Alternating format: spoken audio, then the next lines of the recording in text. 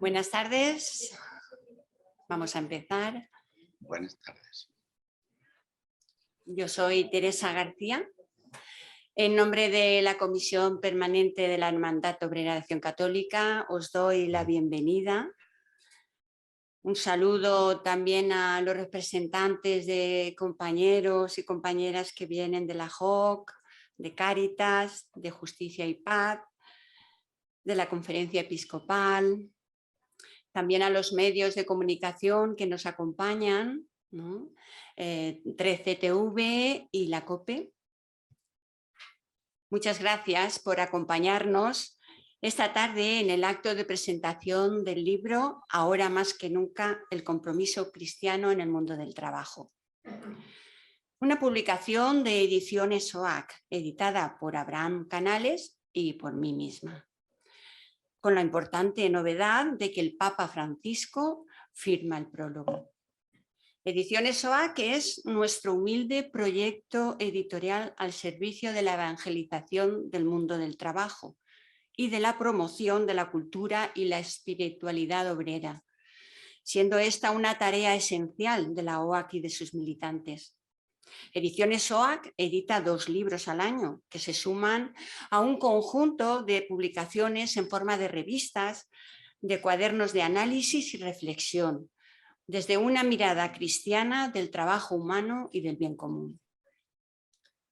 Ahora más que nunca es una publicación muy especial para nosotros, ya que se ha elaborado con motivo del 75 aniversario de la fundación de este movimiento de acción católica para la pastoral del trabajo.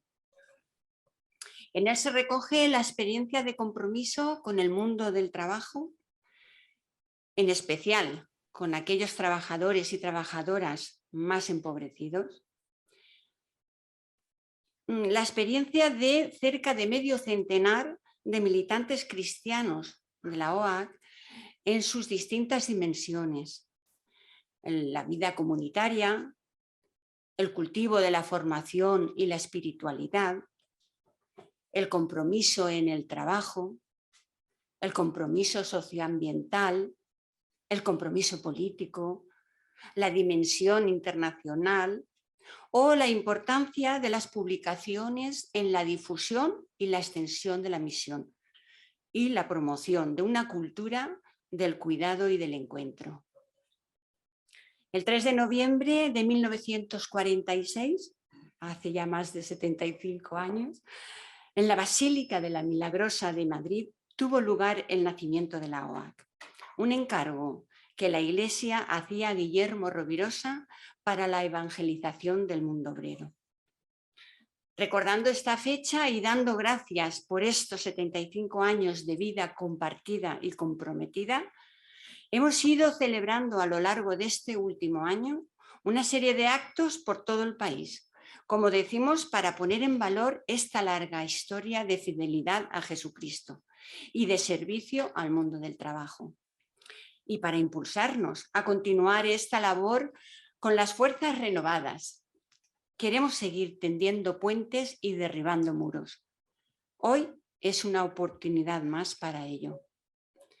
El libro que hoy presentamos intenta transmitir una misión de qué es la OAC y de cuál es su misión a través de los testimonios y las experiencias de vida de sus militantes. Esta presentación está planteada en forma de diálogo entre quienes me acompañan a la mesa. Y ahí detrás también. Luis Javier Argüello, obispo auxiliar de Valladolid y secretario general y portavoz de la Conferencia Episcopal Española.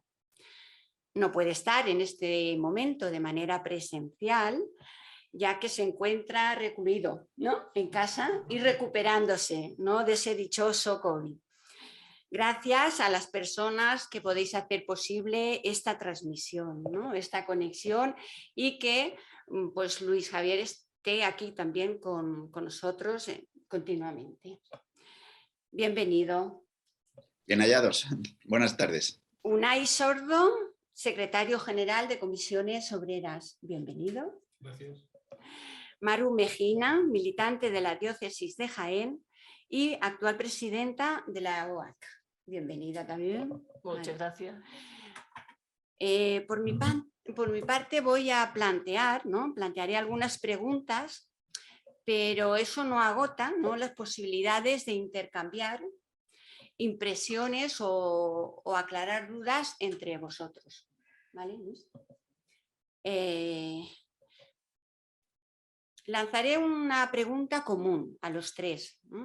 Si os parece bien, empiezo con Maru, Luis y Unai. Empezaremos hablando sobre la militancia y el compromiso.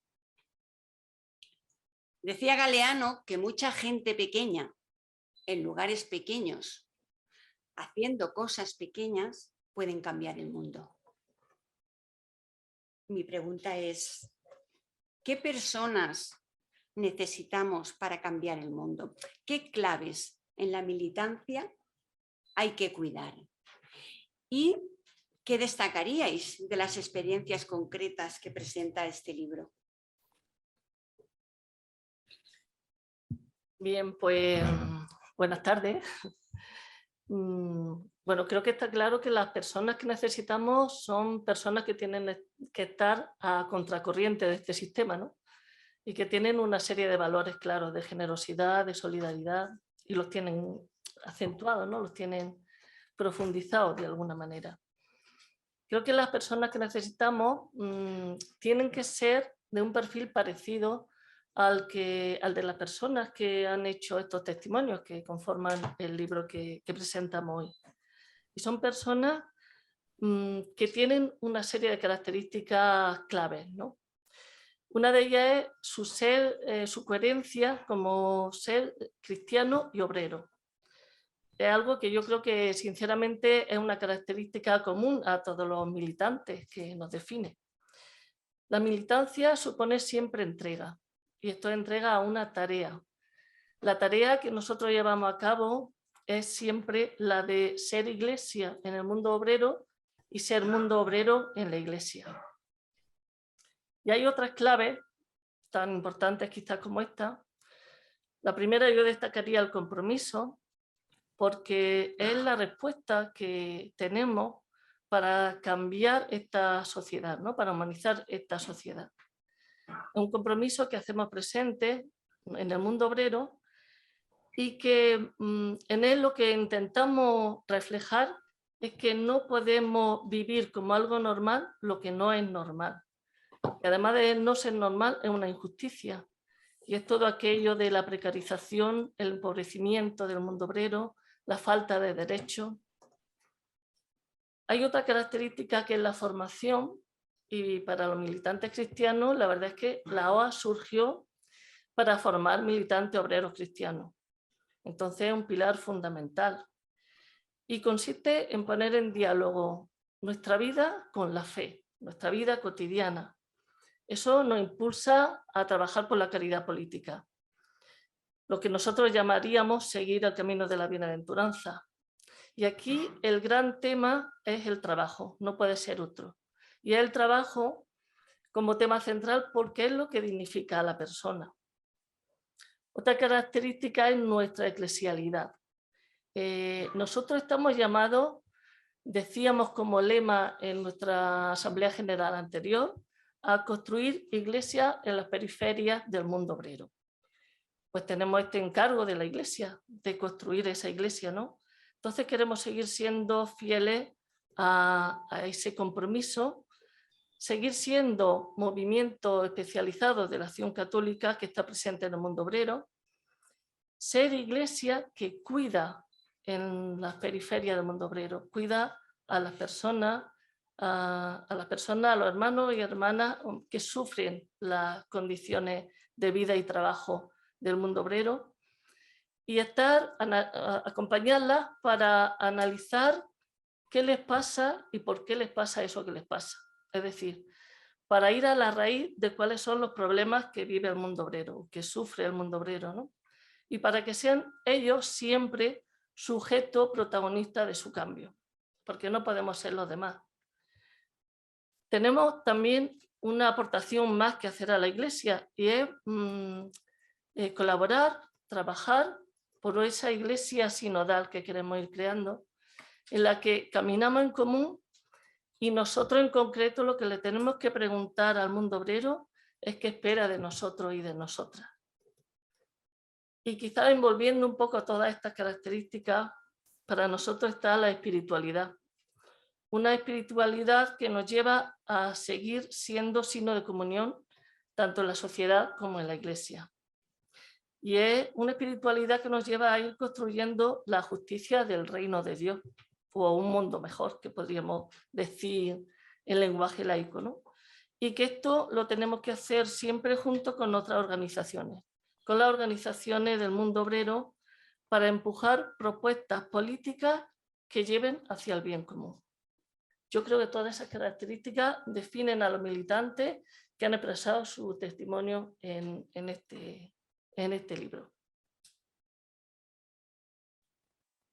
Muy bien.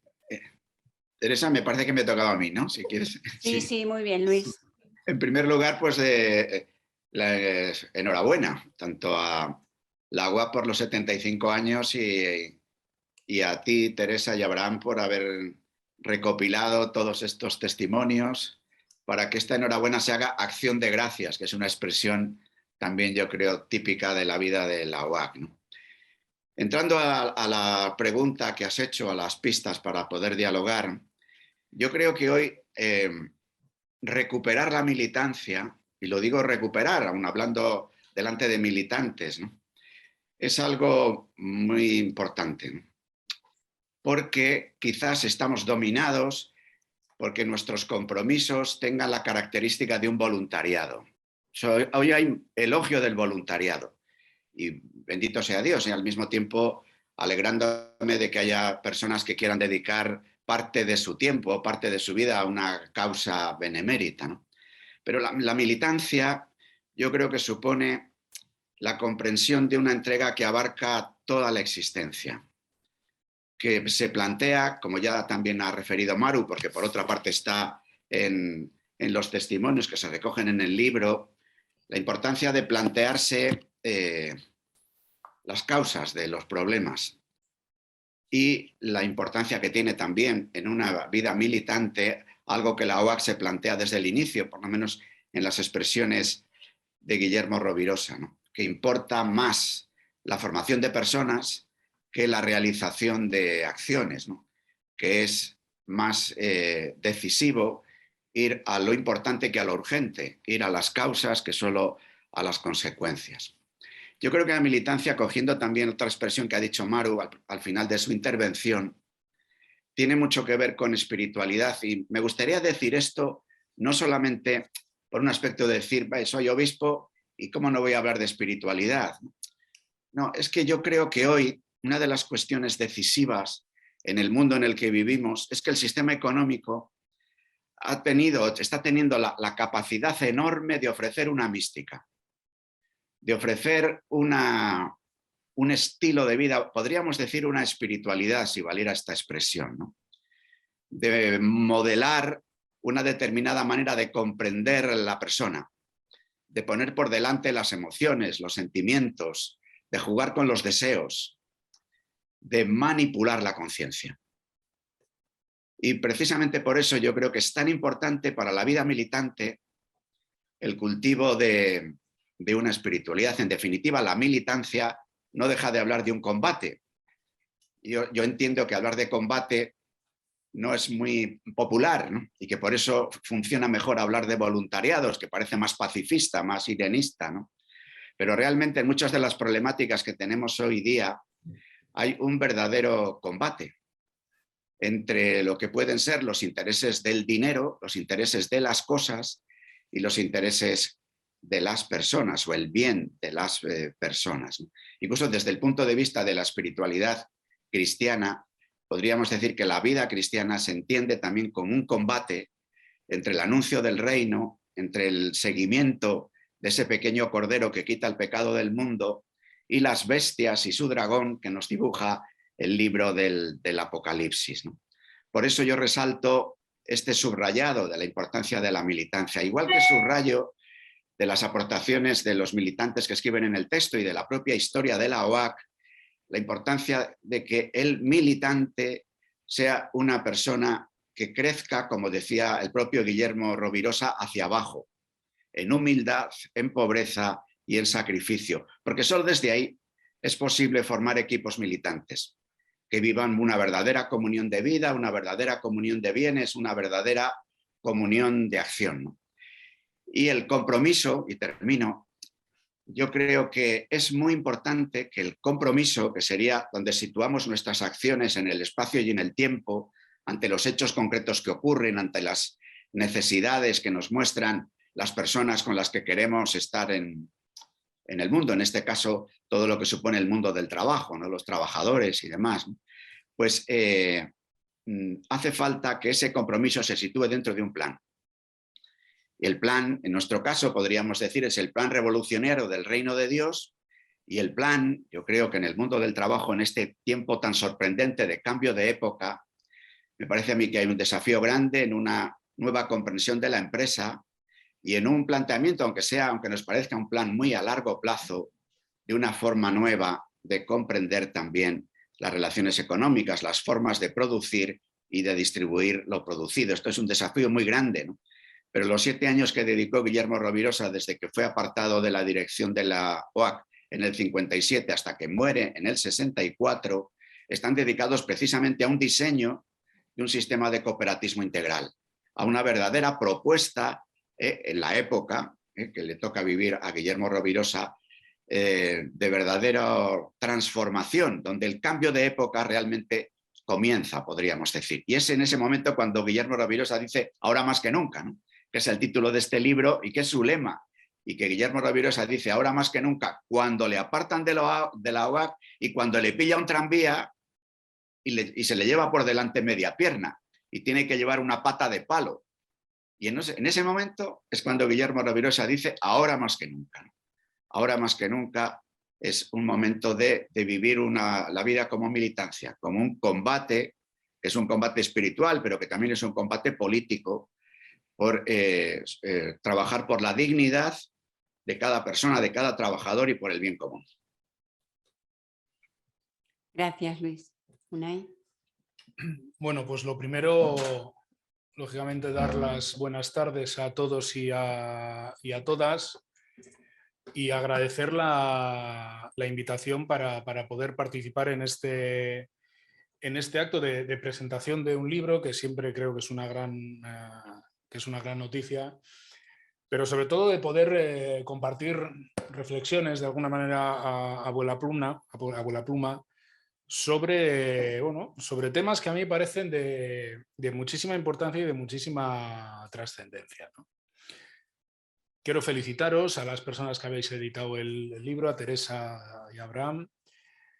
Quiero felicitar a la OAC, evidentemente, por los 45 años que se cumplió, los 75, perdón, estaba yo con otro aniversario que hay este sábado de 45 años, el 75 aniversario de la creación de la OAC, y también hacer una referencia, lógicamente, a la historia compartida, ¿no? Con el movimiento sindical y particularmente con las comisiones obreras. Es conocido incluso historiográficamente el vínculo, sobre todo en la génesis de nuestro sindicato, con determinados movimientos políticos, con el Partido Comunista, con las organizaciones y asociaciones de vecinos, pero no es menos cierto que el vínculo con el cristianismo de base que tuvieron aquellas primeras comisiones obreras también fue muy evidente, y afortunadamente se ha mantenido a lo largo de los años, ¿no? Porque aunque, como bien explicáis en la parte final del libro, haciendo una curiosa apreciación de lo que es la OAC, pero sobre todo lo que no es la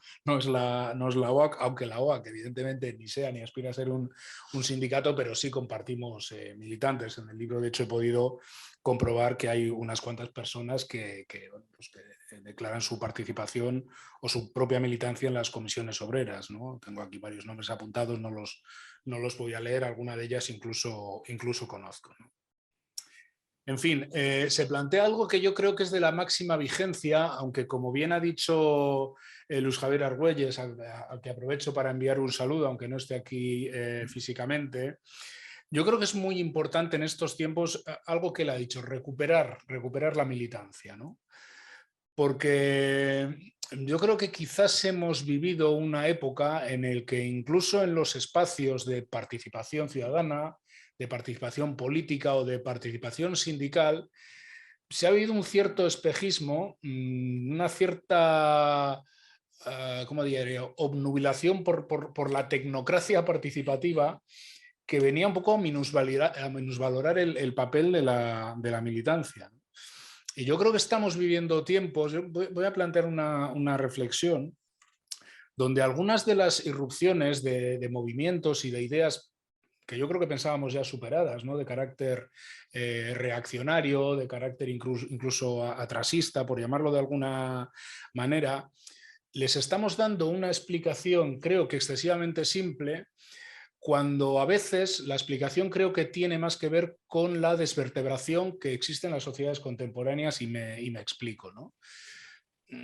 Fenómenos neonacionalistas, fenómenos populistas de extrema derecha, por ejemplo, que están surgiendo en distintos países del mundo y que normalmente se les vincula a los déficits de protección social, de certidumbre social, de déficits en los estados de bienestar. Y sin embargo nos damos cuenta que países donde hay un nivel de protección social muy intenso, Francia, países nórdicos, estos movimientos que vienen a configurar, digamos, enclaves seguros aparentemente para gente deteriorada en sus expectativas de vida, a veces se implementan o se fortalecen en países precisamente mucho más adelantados que el nuestro en materia de protección social. Por ejemplo, sin ir más lejos, en Francia, ¿no?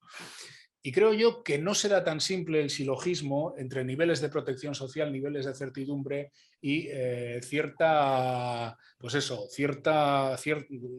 cómo están irradiando, cómo se están fortaleciendo este tipo de movimientos, ¿no?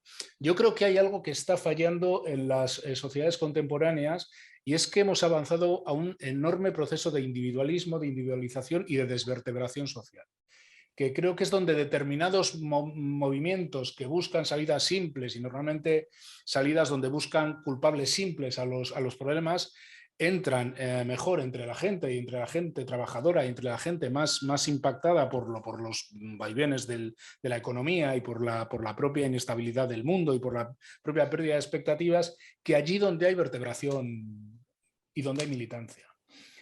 Fijaros en su día los resultados electorales en las elecciones políticas en Estados Unidos, ¿no?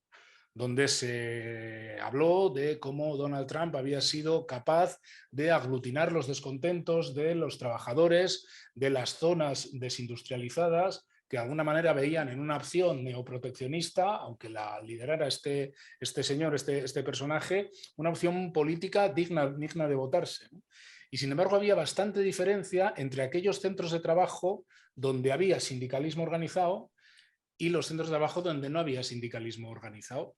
Y no porque el sindicalismo norteamericano sea particularmente sociopolítico, que no lo es, sino porque yo creo que el hecho de vertebrar, el hecho de que la sociedad esté organizada en los ámbitos que sea, es un valor añadido enorme a la hora de evitar, como digo, opciones reaccionarias, ¿no? Y a mí me parece muy importante recuperar, en efecto, el valor de la militancia. A mí me parece, no lo digo porque estemos presentando el libro, ¿no? Pero a mí me parece una magnífica idea escribir un libro o compilar un libro en el que básicamente lo que se hace son relatos de vida de militantes en un 75 aniversario, ni más ni menos, ¿no? Me parece una idea que, de sencilla que es, me parece muy brillante y me parece que es lo mejor que puede aportar una organización que al final, como la OAC, lógicamente se nutre de militantes, ¿no? Y luego, en la parte final, y con esto concluyo, decía Luis Javier algo que me ha resultado de mucho interés cuando hacía una referencia al sistema económico y decía literalmente que ha sido capaz de generar una mística y de manipular conciencias, ¿no? Me parece un concepto terriblemente interesante. Esta mañana oía a una persona hablar en un podcast y hacía referencia a Hayek, a un teórico del neoliberalismo que en su día era poco menos que una cosa extraña en la mitad del siglo pasado, Y Hayek hacía en su día una referencia que venía a decir que los liberales se habían equivocado porque habían centrado sus propuestas políticas mucho en la economía y se habían olvidado de la batalla cultural, ¿no? Y este hombre venía a plantearse que había que transformar conciencias porque había que dislocar la tendencia humana a la cooperación. Decía, hay una tendencia en los seres humanos a cooperar y tenemos que combatir esa tendencia a cooperar si queremos fortalecer un sistema liberal, luego neoliberal, que evite la intervención del espacio público en la economía desde una posición radicalmente liberal o radicalmente neoliberal, ¿no? Y a mediados del siglo pasado ya entendieron muy bien que la batalla por manipular o por modificar los sentidos comunes y las conciencias era una batalla fundamental para implementar un determinado modelo económico, ¿no? Y creo que los que creemos en sociedades más cohesionadas, más justas, más vivibles, más en la que nos basemos en los bienes comunes, en los recursos comunes, en las solidaridades compartidas y entre anónimos, no solo entre las personas que nos conocemos directamente, tenemos que entender bien esa batalla cultural, esa batalla por las ideas. Y con esto sí que termino. Me gustaría destacar algo que yo ya tenía, que yo ya intuía, y que no he podido leer todo el libro, pero lo he leído cruzado, que es muy recurrente en los testimonios de las personas que pertenecen a la OAC y que también lo eran en las personas con las que yo trabajé cuando era secretario de Juventud en Euskadi, de la Juventud Obrera Cristiana, ¿no? Es casi la obsesión por la formación. La formación. Por la formación. Me parece muy relevante, porque creo que va muy en la línea de esto que estamos diciendo. Y porque yo en mi experiencia sindical, cuando me recorro las organizaciones, creo que las demandas de formación de los colectivos humanos suelen ser el termómetro más infalible para comprobar la salud colectiva de ese colectivo humano. Cuando personas que militan, cuando personas que comparten quieren formarse, es porque tienen una expectativa de mejora, tienen una expectativa de interpretar la complejidad del mundo, ¿no? Yo sospecho mucho cuando una organización no tiene ningún problema de formación sindical, por ejemplo. Digo, malo. Cuando no lo demandan, quiero decir. Digo, malo. Y a mí siempre me ha llamado la atención lo recurrente que es en los testimonios de los militantes de la OAC esa apelación a la importancia de la formación en todos los terrenos, ¿no? Esta, por ejemplo, es una política que queremos hacer estratégica, estamos haciendo estratégica en comisiones obreras, porque cuando digo formación no me estoy refiriendo solo a la formación en conocimientos o en conocimientos técnicos, sino a la formación en conocimientos técnicos. Hay que saber de lo que se habla. Hoy en día es muy complicado gestionar cualquier cosa, hacer acción sindical, todo es difícil, pero sobre todo es formación en conceptos lo que nosotros llamamos sociopolíticos. Claro, nosotros no hablamos de formación en espiritualidad desde un sindicato, pero no deja de tener algo que ver, ¿no? Yo siempre concluyo las cuestiones de formación diciendo que no se os olvide nunca para qué es esto. ¿Para qué estamos aquí organizadas y organizados, ¿no? Porque la cuadrícula, la inercia del día a día te puede llevar incluso a ser una persona efectiva en tu trabajo sindical, pero perder la perspectiva del para qué. Bueno, al final esto va de transformar realidades, ¿no? Con toda la modestia, sabiendo lo complicado que está el mundo, pero no perder nunca la perspectiva del para qué estamos, ¿no? En el sentido menos utilitarista, en el sentido más, si se me apura, más filosófico, más conceptual, más político también, ¿no? Y hay el tema de la formación. Yo sería un poco lo que destacaría de los testimonios que he podido, ya digo, no quiero mentir, no he podido leer todo el libro taxativamente porque no me ha dado tiempo, pero sí he intentado de alguna manera entresacar los elementos más valorativos que he podido ver, ¿no? Gracias. Pues mira, en este segundo bloque trataremos, ¿no?, la relación Iglesia y mundo del trabajo. Os pregunto, ¿cuáles son o deberían ser esos lugares comunes, espacios de encuentro, de diálogo, temáticas compartidas, trabajo en común? Bueno, yo creo que han ido saliendo ya aquí y, bueno, la insistencia que se hacía tanto en el tema de la formación como el tema de la militancia, creo que van marcando ese camino, ¿no? Creo que en eso estamos todos de acuerdo. Nosotros nuestro análisis, nuestra reflexión, lo que nos lleva es hacernos presentes, sobre todo, especialmente en el mundo obrero más empobrecido, porque ese es nuestro lugar, es nuestra tarea. Entendemos que ahí es donde está. Y no lo decimos nosotros porque lo entendamos solo nosotros así, sino porque también desde la propia Conferencia Episcopal se nos anima en las orientaciones pastorales a que esa sea nuestra tarea, hacer esa tarea en la Iglesia. Y también, pues, por ejemplo, en esta celebración del 1 de mayo y también en la celebración del 28 de abril, en el tema de la siniestralidad laboral, había varios obispos que nos hablaban en sus cartas pastorales de cuál tenía que ser esa tarea, de la necesidad de esa tarea de estar presente en el mundo obrero empobrecido. Pero especialmente en el libro tenemos que destacar el prólogo del Papa Francisco. Y el Papa Francisco en este prólogo sí que nos recuerda más concretamente cuál es nuestra tarea, ¿no? Y cómo tenemos que buscar desde ahí los espacios comunes. Él nos habla de que tenemos que seguir siendo acción católica en el mundo del trabajo. Dice, se sabe en Acción Católica enviada por la Iglesia a la misión de evangelizar el mundo obrero, el mundo del trabajo. Una misión que nos dice que es de toda la Iglesia y que tenemos que seguir siendo esto. Nos habla también de que tenemos que seguir cuidando a los empobrecidos del mundo del trabajo. Creo que ese lugar también es común a todos, ¿no? Él dice que tenemos que ayudar a que se entienda el trabajo desde la dignidad sagrada de la persona, que nuestro mundo necesita experimentar una correcta comprensión del trabajo desde esa sagrada dignidad de la persona.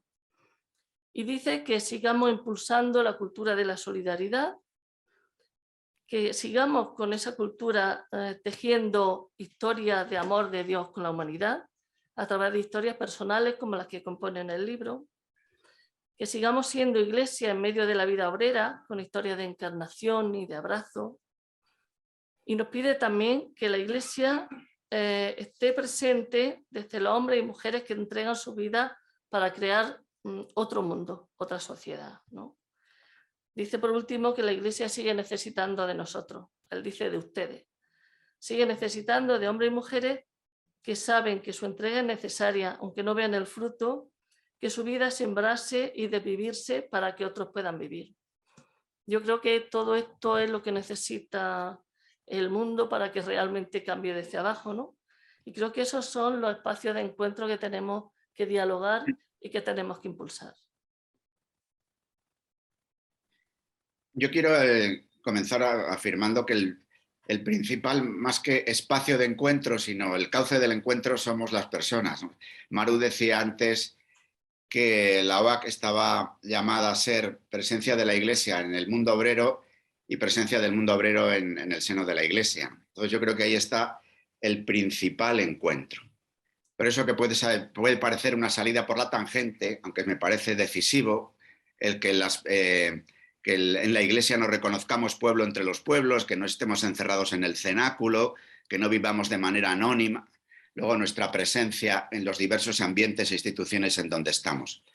Pero luego, yo creo que hay una referencia que de alguna forma, Maro, tú ya has resaltado. Yo quiero recordar que cuando la OAC surge, en España, mundo obrero era tercer mundo. Es decir, que las circunstancias de los años 40 en España, tanto por la realidad de la posguerra, por la realidad de estarse viviendo la guerra mundial, las circunstancias acumuladas a lo largo de décadas y de siglos, la situación de una España que no conocía la industrialización, fundamentalmente rural y demás, ¿no? Hablar de mundo obrero era hablar verdaderamente de los empobrecidos. Luego, seguramente, algunas de las causas de nuestra falta de militancia y de tantas cosas también puede que ver con eso que el capitalismo llama una economía de rebalse, ¿no?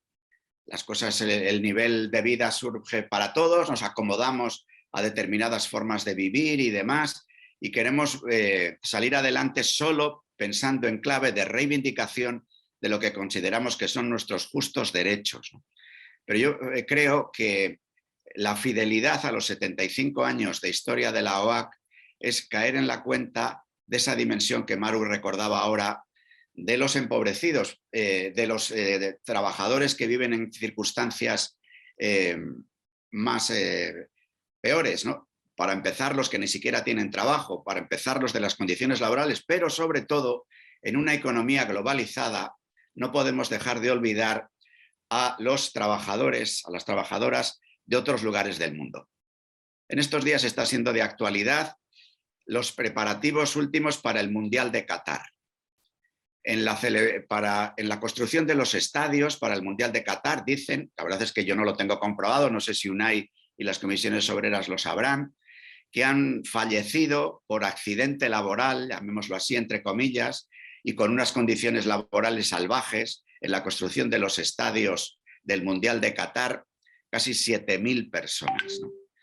Entonces, no podemos dejar de hacer una referencia a las situaciones de otros lugares del mundo, porque seguramente, lo voy a decir así, ¿no? Gracias a la sangre de mucha gente de otros sitios, nosotros mantenemos nuestro nivel de vida.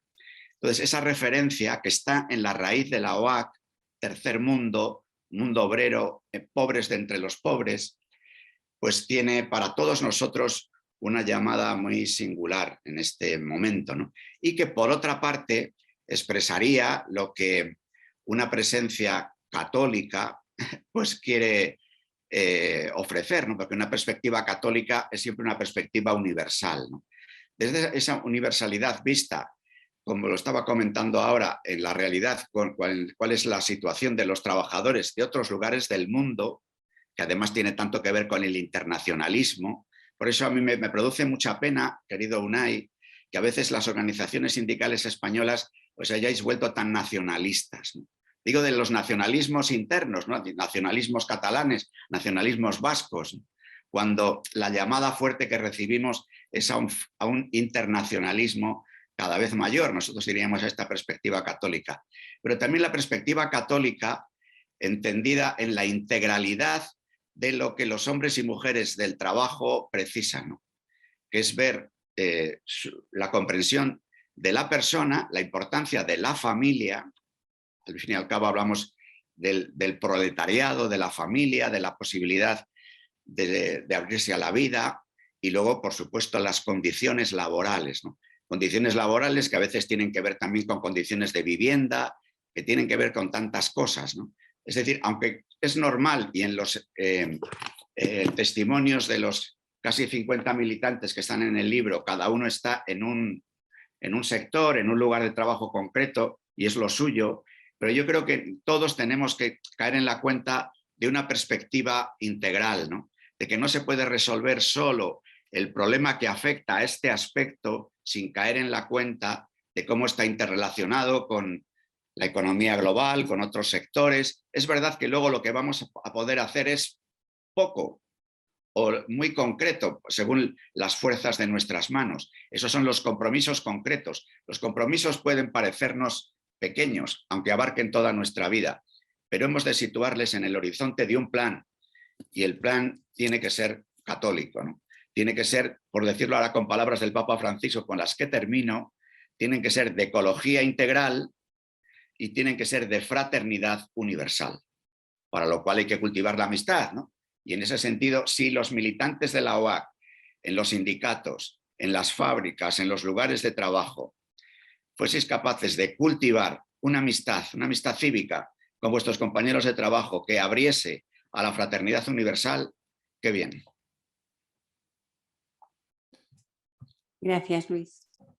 Sí, digamos que en lo que tiene que ver con, digamos, con espacios de encuentro, con lugares comunes, con dinámicas compartidas, pues yo creo que en lo que afecta a un sindicato que además es sociopolítico como Comisiones Obreras, digamos que habría dos espacios naturales de confluencia y de presencia genuina del sindicato. Uno tiene que ver, lógicamente, con la presencia en el centro de trabajo, en la realidad múltiple de lo que hoy en día es el centro de trabajo, y esto está muy relacionado con alguna cosa que ahora diré y que se ha apuntado sobre la periferia laboral y sobre el empobrecimiento. Sobre todo me parece muy interesante el concepto de periferia laboral. Y luego, además en el centro de trabajo, pues yo creo que hay otro espacio perfectamente compartible y creo que compartido, que es, digamos, la faceta de movimiento social, que puede tener un sindicato donde, lógicamente, pues se encuentra espacios de cooperación y de colaboración con la OAC o en fin, con otros movimientos, ¿no? Y esto yo creo que tiene mucha importancia en un momento en el que yo creo que la cosmovisión que pueda tener la OAC o que pueda tener la Iglesia aporta en una circunstancia histórica o en un momento histórico en el que prácticamente todas las cosmovisiones se han fragmentado hasta el extremo, ¿no?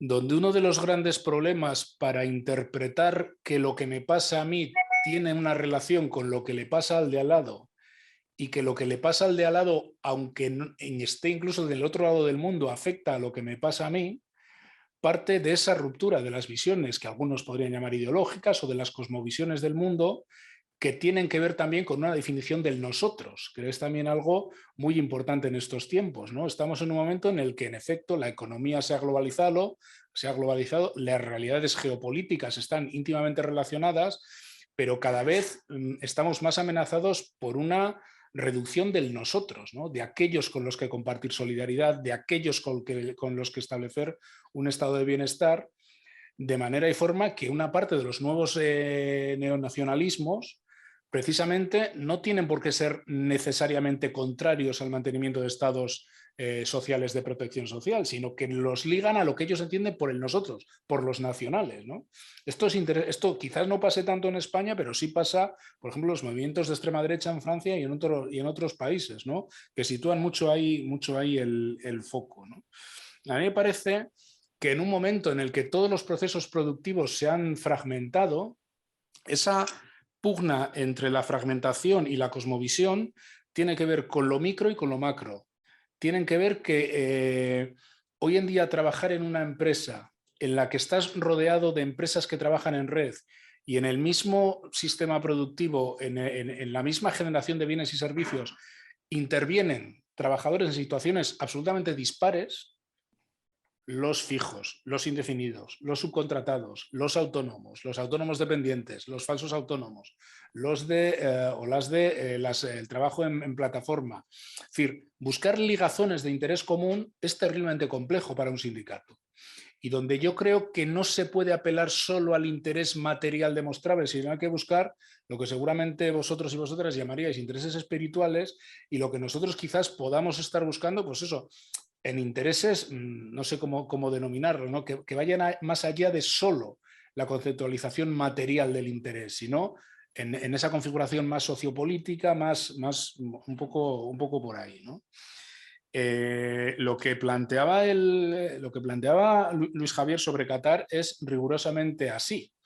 De hecho, la Confederación Sindical Internacional en su día, que es una confederación sindical manifiestamente mejorable, dicho sea de paso, el sindicalismo mundial, pues hombre, tiene una salud, digamos, regular, ¿no? Es como mucho una especie de coordinadora lejana que hace campañas de información y campañas de sensibilización, pero una de las más incisivas que se hizo en la CSI fue precisamente por las condiciones esclavistas en el que se estaban desarrollando las obras para construir los mundiales de fútbol que van a coger en Qatar el año, no sé cuándo toca, creo que este año. Este año, ¿verdad? A raíz de la denuncia se empezaron a tomar algunas medidas y se redujo, creo que incluso drásticamente, el número de muertos. Pero aunque no me sé ahora mismo de memoria la cifra de muertos, sí está en los términos que él ha citado, ¿no?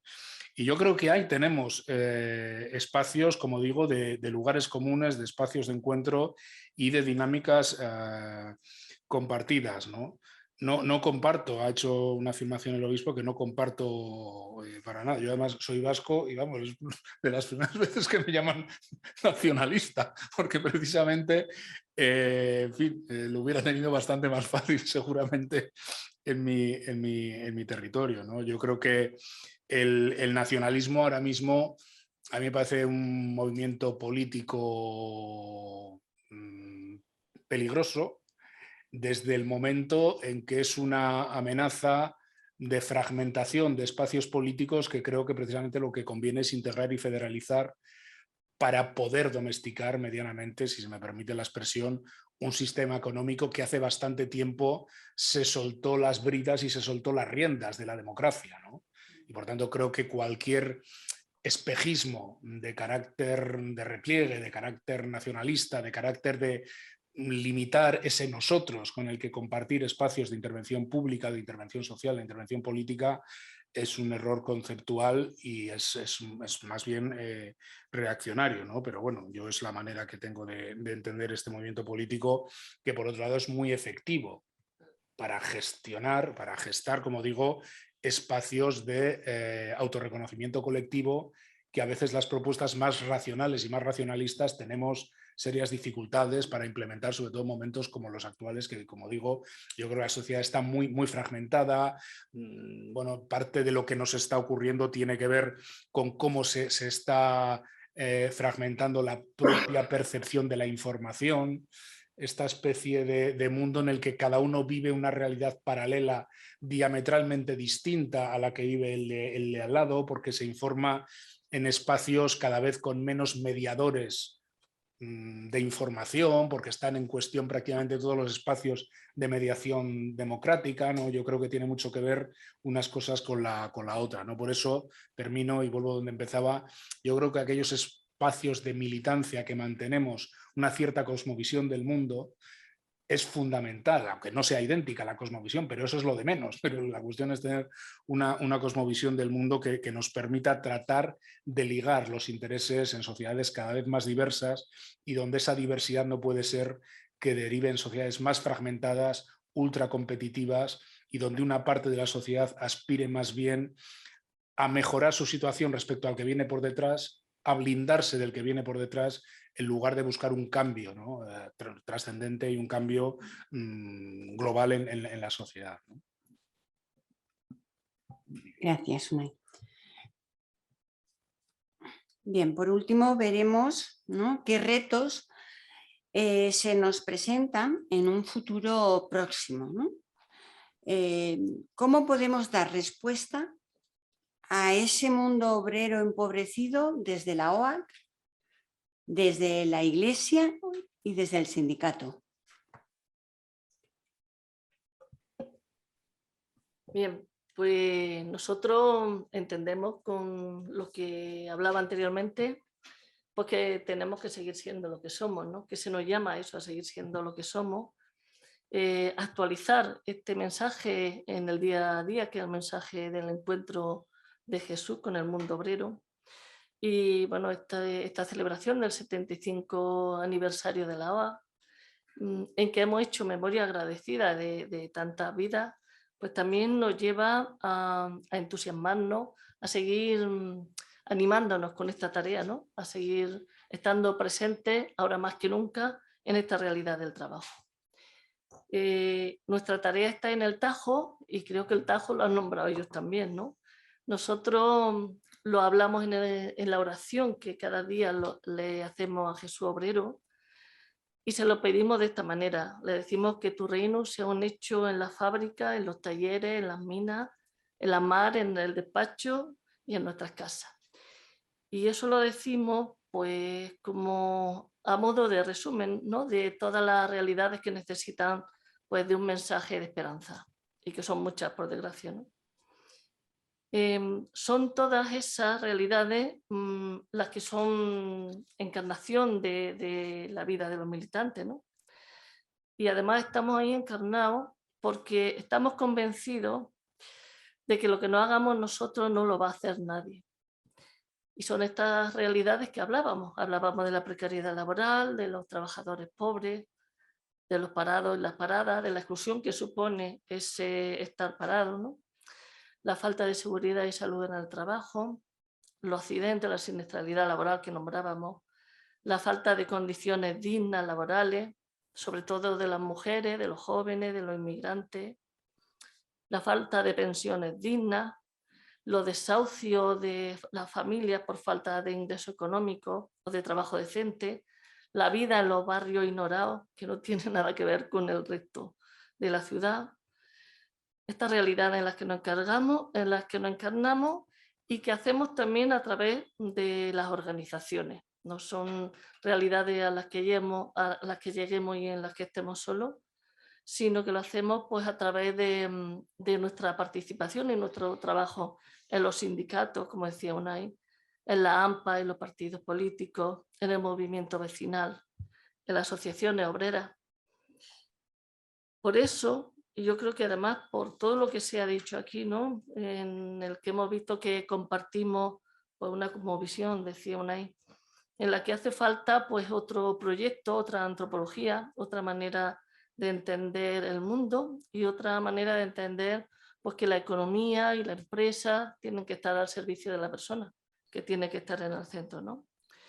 Desde ahí, pues queremos aprovechar para seguir avanzando, ¿no? Creemos que es el momento de dar un paso más.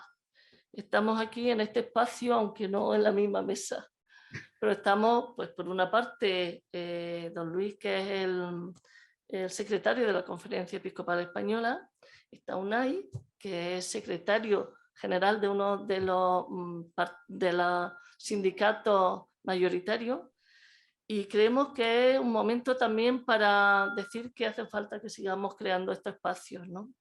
Y no solo estos espacios, sino que hay que, bueno, pues aquello que nos dice el Papa Francisco. Tenemos que ir construyendo esos puentes, derribando muros y haciendo que el diálogo y el encuentro sea la manera de ir cambiando esta realidad. Yo creo que ese es el reto que tenemos, ¿no? Creemos que hace falta seguir dando pasos para que esa preocupación que es mutua de la Iglesia y del movimiento obrero, pues se haga cada vez una preocupación que se trabaje más en común. Eso requiere de diálogo, requiere de ir abriendo camino. Así que lo que os pediríamos desde esta mesa, por aquello de que estamos un poco en nuestra casa, la OA, pues os pedimos tanto a la Iglesia institucional como a los movimientos obreros, os pedimos apertura y posibilidad de establecer ese diálogo, ¿no? Nosotros entendemos que el Papa Francisco, cuando nos habla de que tenemos que cuidar a los empobrecidos del mundo, tenemos que cuidar el planeta, tenemos que cuidar la vida, nos está diciendo que no lo tenemos que hacer solos, ¿no? Lo tenemos que hacer pues construyendo juntos ese camino. Tenemos que soñarlo juntos. Y bueno, pues nos ofrecemos para todo aquello que podáis necesitar para hacer posible en lo concreto ese encuentro y ese diálogo. Gracias, Maru. Luis. Sí, yo creo que todo lo que favorezca algo que el propio Papa Francisco dice tanto, ¿no? Que es la cultura del encuentro, pues estamos a hacerlo. Nosotros en esta última asamblea plenaria hemos dado una vuelta más a unas reflexiones que estamos haciendo y que queremos ofrecer también como una posibilidad de diálogo social, ¿no? Que llamamos persona, familia y bien común, ¿no? A la hora de ver desde ahí muchas de las situaciones de nuestra sociedad actual. Y, yo creo que un reto compartido que tiene mucho que ver con la dimensión de formación que se ha subrayado ya en esta mesa es, diría yo, la promoción de conciencia. Yo creo que la OAC, con sus cursillos apostólicos y con su plan cíclico de formación, trata de ayudar a crecer en promoción de conciencia. Por otra parte, lo que podríamos llamar el mundo sindical e incluso las organizaciones políticas ligadas al origen de muchos de los sindicatos y demás, hablaban también en su tiempo de la importancia de tomar conciencia, ¿no? En un caso de la conciencia de clase, en el caso de la promoción de conciencia en una organización eclesial, de la conciencia de ser hijos, de ser hermanos, de habitar una tierra común, ¿no? En definitiva, yo creo que esta promoción de conciencia es decisiva e incluso que para que esa promoción de conciencia se transforme en planes y compromisos de combate espiritual, de militancia, a mí me parece que es muy difícil promover conciencia si no se cultivan experiencias de cercanía al sufrimiento. Sufrimiento bueno, pues por el causado, ¿no? Además no causado solo por el coronavirus, ¿no? Sino causado por situaciones injustas, causado por la forma concreta de organizarse los sistemas económicos, ¿no? Pero que además de tener esta conciencia de lo que podríamos llamar del dolor, del sufrimiento, hace falta tener también una conciencia, si se me permite, de esperanza, ¿no? Y de una esperanza no hueca, no enarbolada como quien enarbola un valor, sino una esperanza, en nuestro caso, que nace de un hecho, que en nuestro caso ese hecho se llama el hecho Jesucristo. Jesucristo, vencedor del pecado y de la muerte. Por eso, en la formación de conciencia de la OAC es tan importante, lo dice en el texto de Guillermo Rovirosa que publicáis al final, al hablar de la OAC, él pone tanto el centro en Jesucristo como luego la fidelidad a la Iglesia y la finalidad al mundo obrero, ¿no? Entonces yo creo que cultivar esta conciencia que nos hace además caer en la cuenta de que la fraternidad no solo es un valor de la Revolución Francesa, sino, vuelvo a emplear la expresión, es un hecho. ¿Por qué nosotros decimos que somos hermanos? Porque afirmamos el hecho de un padre común, no la fraternidad solo como un valor. Entonces, esta promoción de conciencia me parece muy importante, para lo cual, insisto, hay que cultivar cercanía al dolor y cultivo de la esperanza, ¿no? De la esperanza que brota también del propio acontecimiento cristiano, ¿no? En esa misma propuesta formativa y de formación de conciencia, yo creo que todo aquello que asegure la integralidad. Unai hacía antes una reflexión al hilo de por qué están surgiendo populismos identitarios en tantos lugares del mundo, y yo creo que con buen criterio decías que no solamente hay cuestiones económicas, cuestiones de estado del bienestar, ¿no? Sino que hay otro tipo de malestar de alguna manera, ¿no? Y yo tengo la impresión de que esa mística del capitalismo dominante ha hecho surgir ha reducido la persona individuo, ha hecho del individuo que se crea autosuficiente e independiente, luego las cuentas no salen y la autosuficiencia y la independencia no acaba de ser ni verdadera ni posible, seguramente, ¿no? Desde ahí también, pero fíjate, tú citabas antes a Hayek, ¿no? Yo me iría todavía más de un siglo antes, cuando John Locke, en los albores del capitalismo, decía que para que pudiera desarrollarse el capitalismo, una de las reglas del juego de su visión liberal, hay otra visión del capitalismo, que es la de Hobbes y el Leviatán. Pero la visión de Locke, si leemos un texto suyo que a mí me parece muy luminoso de lo que estamos viviendo hoy, John Locke dice que para que el capitalismo pueda triunfar hace falta que desaparezcan barreras morales. Y hace falta que entre las barreras morales que tengan que desaparecer, hace falta que desaparezca el concepto de llamada familia tradicional, para que emerja un individuo lo más autosuficiente y lo más independiente posible. Eso dicho en el siglo XVII sonaba estratosférico e incluso hasta tenía alguna dimensión positiva de avances en determinadas situaciones del antiguo régimen. Pero también, desgraciadamente, ha resultado profético de un tipo de individuo autosuficiente e independiente que le cuesta el compromiso, que se cree las propuestas que llegan del progresismo cultural, que es como una mano larga del sistema económico dominante, para hacer creer que determinadas formas de entender la vida, autosuficientes e independientes, van a lograr lo que en definitiva todos deseamos, ¿no? Que es la libertad, que es el amor, que es la alegría, ¿no? Pero nuestra experiencia es que eso solo es posible si creemos en vínculos, en alianzas. Por eso vosotros sois una hermandad, una alianza. Por eso vosotros, las comisiones, sois una asociación. En el siglo XIX, los proletarios del siglo XIX gritaban asociación o muerte. Gritaban en el siglo XIX para poderse mantener. Y hoy, desgraciadamente, el hacer el juego a las antropologías dominantes, autosuficientes, independientes, reductoras de la persona individuo, disolventes del significado de la diferencia sexual, ¿no? Tienen, yo creo, consecuencias tremendas que a veces desde sectores que quieren vivir un compromiso con los pobres y que quieren vivir un compromiso de transformación social, no acaban de verlo. Y luego les extraña que haya reacciones tan tan extrañas, por otra parte, en los comportamientos sociales, en la movilización de los electorados o de los grupos sociales, ¿no?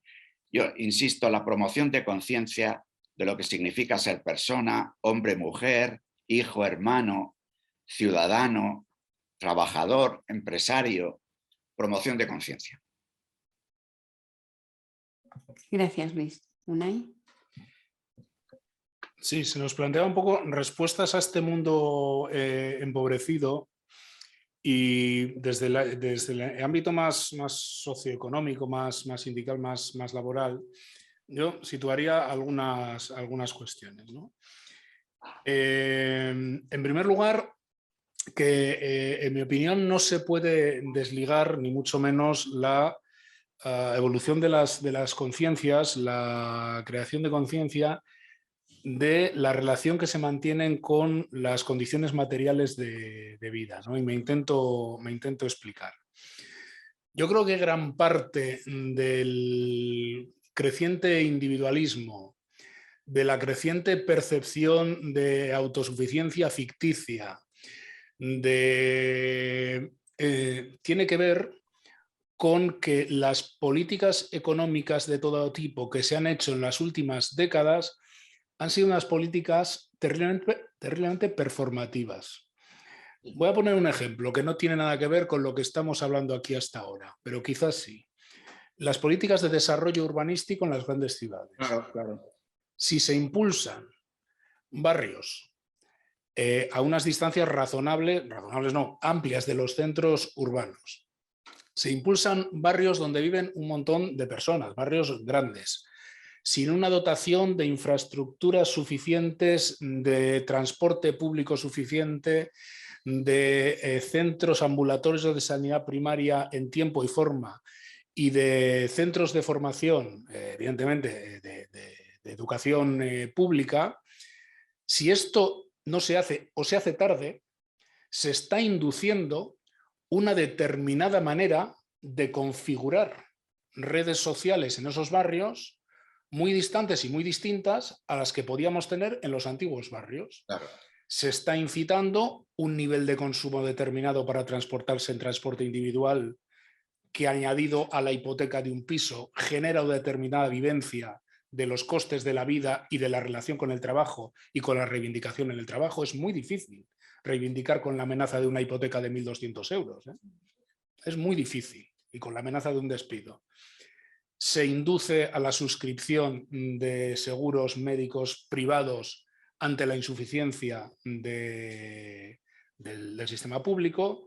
Se induce a entrar, lógicamente, a los espacios de educación privada o concertada porque no hay una red suficiente de escuela pública, con un elemento de segregación paulatino, además, porque se acaba deteriorando un perfil, un modelo determinado de escuela y se acaba generando una segregación a la hora de dar una calidad que a tu hijo, que a tu hija le permita pensar, bueno, pues que va a estar en una situación de igualdad con sus semejantes, ¿no? Por no abordar de cómo se ha conformado la empresa en las últimas décadas. Una empresa que paulatinamente ha ido descentralizándose productivamente, pero donde se ha favorecido una externalización de riesgos y de costes empresariales a todo un enjambre de pequeñas empresas suministradoras, de contratas, de trabajo autónomo, que luego se ha demostrado que no era tal, que nos ha pasado en el transporte, ¿no? Que durante 20 y tantos años se ha fomentado una manera determinada de organizar un sector donde se han articulado empresas, microempresas, autónomos dependientes, con una minoración en sus márgenes de negocio, porque las grandes empresas, las grandes unidades de negocio cada vez atornillan más los costes, de manera que cuando ha llegado un incremento rápido de los carburantes, estas empresas no eran viables, trabajaban a pérdidas de un día para otro. Es decir, en todo ese mundo de incertidumbre, en todo ese mundo de competición del todos contra todos, por supuesto que se abre paso una determinada manera competitiva y no cooperativa de entender la sociedad. Y ahí creo yo que es donde se articula, ahí es donde de alguna manera nos situamos, ¿no? Más allá de otras valoraciones de relativismos que yo algunas cosas no comparto, ¿no? Ante esto, ¿cómo nos situamos? Nosotros decíamos un eslogan hace un par de congresos que era que el sindicato tiene que tratar de integrar lo que la empresa desintegró. tenemos que salirnos del cubículo, de la cuadrícula. Tenemos que salirnos de que un comité de empresa negocia en exclusiva las condiciones de trabajo de esos trabajadores que eligen a ese comité de empresa, olvidándose de la empresa en red, de la empresa reticular que trabaja en el entorno, que a veces comparten con nosotros hasta una máquina, hasta un taller, hasta una oficina, pero que son otra unidad electoral, que son otra empresa. Tenemos que buscar cómo integramos lo que la empresa desintegró. Yo creo que como sociedad tenemos que hacer una reflexión donde la Iglesia también ha tenido sus posiciones y ha dado sus pasos sobre los niveles de rentas mínimas garantizadas. Vamos a un mundo donde, sea el modelo que sea el que impere, las transformaciones y las transiciones de empleo y la aplicación de la digitalización, que corre riesgo de constituirse en una especie de fetiche, donde la digitalización por sí es buena. Bueno, la digitalización está muy bien, pero se aplica a un cuerpo, se aplica a una empresa, se aplica a una sociedad y todo depende de cómo se gobierna, ¿no? Por muy bien que se haga todo eso, el riesgo de que haya amplios colectivos sociales que se excluyan de esos procesos de transición, creo que nos tiene que llevar a plantearnos en serio la existencia, yo no hablaré de rentas básicas universales, pero sí al menos de rentas mínimas garantizadas en función de que nadie quede fuera de los niveles de vida digna que entendamos en cada una de las sociedades democráticamente, ¿no? El tema de cómo se distribuye la renta, cómo se distribuye la riqueza y todo lo que tiene que ver con la fiscalidad.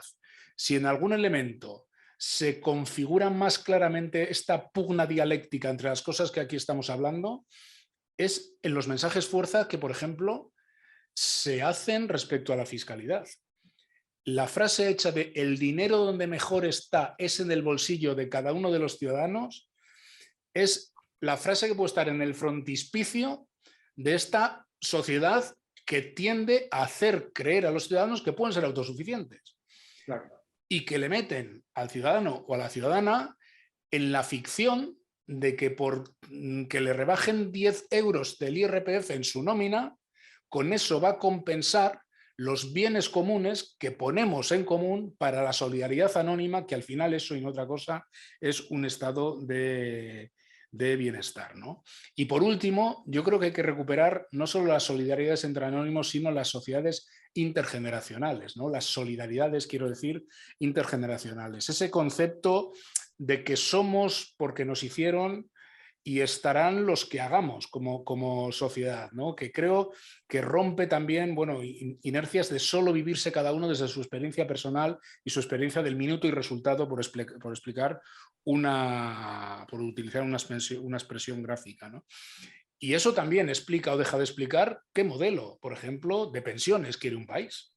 No hay una red de solidaridad intergeneracional más importante que aquella que es capaz de decir a las personas que hoy en día estamos activos y activas que queremos poner recursos para sostener la vida de las personas que ya no pueden estar en activo y que a su vez sostuvieron la vida de las personas que eran pensionistas cuando ellas eran activas. Esto tiene un carácter que a veces no se le da la importancia que tiene, pero en efecto de carácter antropológico incluso. Esto liga a sociedad. Esto crea conciencia colectiva, ¿no? Los servicios públicos, decía Luis García Montero, que crean conciencia pública, y yo estoy totalmente de acuerdo, ¿no? Y dotar a esto de un relato, de una cosmovisión, de una visión ideológica, yo no quiero definir, a mí me parece que es fundamental para huir, como digo, de esa creciente fragmentación y de ese creciente individualismo que creo que es lo que está detrás de la que para mí, y ahora sí que termino, es la gran pugna inherente al momento que vivimos. Yo creo que se está disputando en una secuencia de varias crisis seguidas, si vamos a sociedades crecientemente despiadadas o a sociedades que se basen en la recomposición de un nuevo contrato social para el siglo XXI. Que si se me permite la expresión, creo que se le puede llamar incluso de sociedades compasivas, si se me permite la expresión además en este foro, ¿no? Y creo que esa sociedad despiadada, que pone a competir a todos contra todos, que busca la reducción del nosotros, que busca el interés únicamente en el que cada uno haga supuestamente su biografía vital, como si cada uno fuera casi un catálogo de IKEA, está muy presente en las pugnas que ahora mismo se están dando en el ámbito político y en todos los ámbitos, ¿no? Y creo que ahí es donde cada uno y cada una tiene que tomar posición en mi opinión, ¿no? Gracias, Unai. Bueno, ha sido muy interesante, ¿no? Este diálogo. No sé, hemos hecho todo un recorrido y hemos concretado un poquito en que las personas comprometidas pues son personas que van a contracorriente, ¿no? Pero que hay que recuperar la militancia, que abarca toda la existencia, un plan, en el plan ese revolucionario del reino de Dios, ¿no? Que el sistema económico manipula conciencias, que transforma las conciencias y que no hay que perder las perspectivas del por qué estamos haciendo lo que estamos haciendo y por qué estamos donde estamos. Que nuestro mundo necesita comprender el trabajo desde esa sagrada concepción de la dignidad de la persona, espacios de encuentro, ¿no?, que son necesarios porque somos personas y sobre todo en esa economía globalizada no podemos olvidar a aquellas trabajadoras y trabajadores que están más empobrecidos, que están al otro lado del mundo, ¿no?, con menos facilidad. Y que tenemos que tener en cuenta que aquello que hacemos nosotros repercute en ellos y lo que ellos hacen repercute en nosotros, ¿no? Que los compromisos pues deben ser globales, así, cultivando esa amistad y la fraternidad, ¿no? Buscar intereses comunes es necesario, ¿no?, en una sociedad sobre todo tan fragmentada, espacios de militancia donde podamos unirnos y que al final pues tenemos que ir actualizando nuestro mensaje en el mundo del trabajo para que nuestra tarea que está en el tajo pues sea renovada cada vez, ¿no? Que construyamos juntas y juntos, que es necesario esa unión entre movimientos, iglesia, para ir unidos, para hacer un trabajo común. Promocionar la conciencia de la fraternidad, importante, ¿no?, dentro de ese sufrimiento ante las injusticias y también el cultivo de la esperanza. Integrar también lo que la empresa desintegró, volver a retomar, ¿no?, reflexionar sobre esos ingresos de renta garantizada, la fiscalidad y la distribución de la riqueza, todo delimitado, todo hacia un bien común, ¿no? Potenciar, recuperar la solidaridad intergeneracional, ver de qué manera pues, unidos vamos hacia un nuevo contrato social y sobre todo esa solidaridad, ¿no?, y esa fraternidad porque somos hijos e hijas de Dios y somos hermanos y hermanas. Yo, muchas gracias, ¿no?, por este diálogo, muchas gracias Unai, Maru, muchas gracias Luis. Porque ha sido muy importante, ¿no? Ha sido también muy interesante que instituciones tan importantes como las que hoy estamos aquí, pues puedan encontrarse y dialogar en torno a una mesa, ¿no? Ya en 2019 iniciamos un proceso de encuentros, ¿no?, para favorecer el acercamiento y la confianza entre las instituciones del mundo del trabajo y la Iglesia. Este camino se truncó con la pandemia, pero seguimos trabajando, como bien ha dicho Maru, así que seguimos trabajando para revitalizar esa cultura del encuentro y el diálogo, ahora más necesario que nunca. Muchas gracias también a todas y a todos por vuestra asistencia. Os animo a acercaros un poco más a estas experiencias de vida, que como decimos son experiencias de transformación, de compromiso, de acción de gracias, de fe, de tantas personas militantes de la OAC que han ido conformando y conforman este movimiento y que se encuentran reflejadas en estas pequeñas páginas, ¿no? Nos seguiremos encontrando pues eso, nos seguiremos encontrando en las parroquias, en el trabajo, en la calle. Gracias y hasta mañana en el altar.